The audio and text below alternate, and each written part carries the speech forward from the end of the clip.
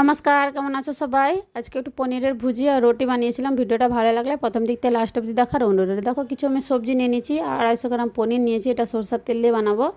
সরষের তেলটা গরম হয়ে যেতে জিরা ফোড়ন দিয়ে পেঁয়াজ আর আদা আর কাঁচা লঙ্কাটাকে হালকা ভেজে নেবো। খুব বেশি ভাজবো না পেঁয়াজটাকে। দিয়ে 1 চামচ বেসন দিয়ে দিচ্ছি। বেসনটাকেও কিছুক্ষণ পেঁয়াজের সাথে ভেজে নেবো। বেসনটা এই জন্যই দিলাম, পনিরের ভুজি থেকে অনেক সময় না জল কেটে যায়, সেই জিনিসটা হবে না।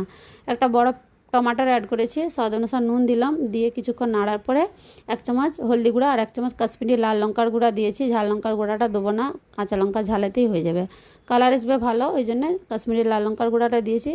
ক্যাপসিকামটা দিয়ে কিছুক্ষণ নাড়বো। নাড়ার পরে একটু জল অ্যাড করে দিয়েছি।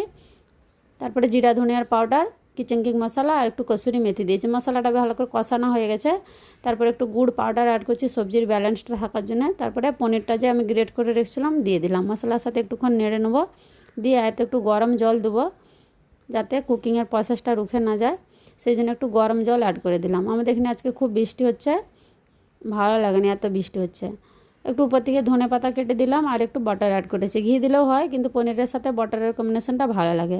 বাস, ভাজিটা আমার রেডি হয়ে গেছে। সবজিটা এরকম ধরনের থিকনেস হয়েছিল, খুব সুন্দর লেগেছিলো খেতে। রুটিগুলো একটু ঘি লাগিয়ে নিয়েছি, একটু পেঁয়াজ নিয়েছিলাম, প্লেটে সাজিয়ে নিলাম। তো ভিডিওটা কেমন লাগলো অবশ্যই বলবে। পুরো ভিডিও দেখার জন্য অসংখ্য ধন্যবাদ। সবাই ভালো থাকবে, সুস্থ থাকবে। আবার মিলবো নেক্সট বললাম নতুন একটি রেসিপির সাথে।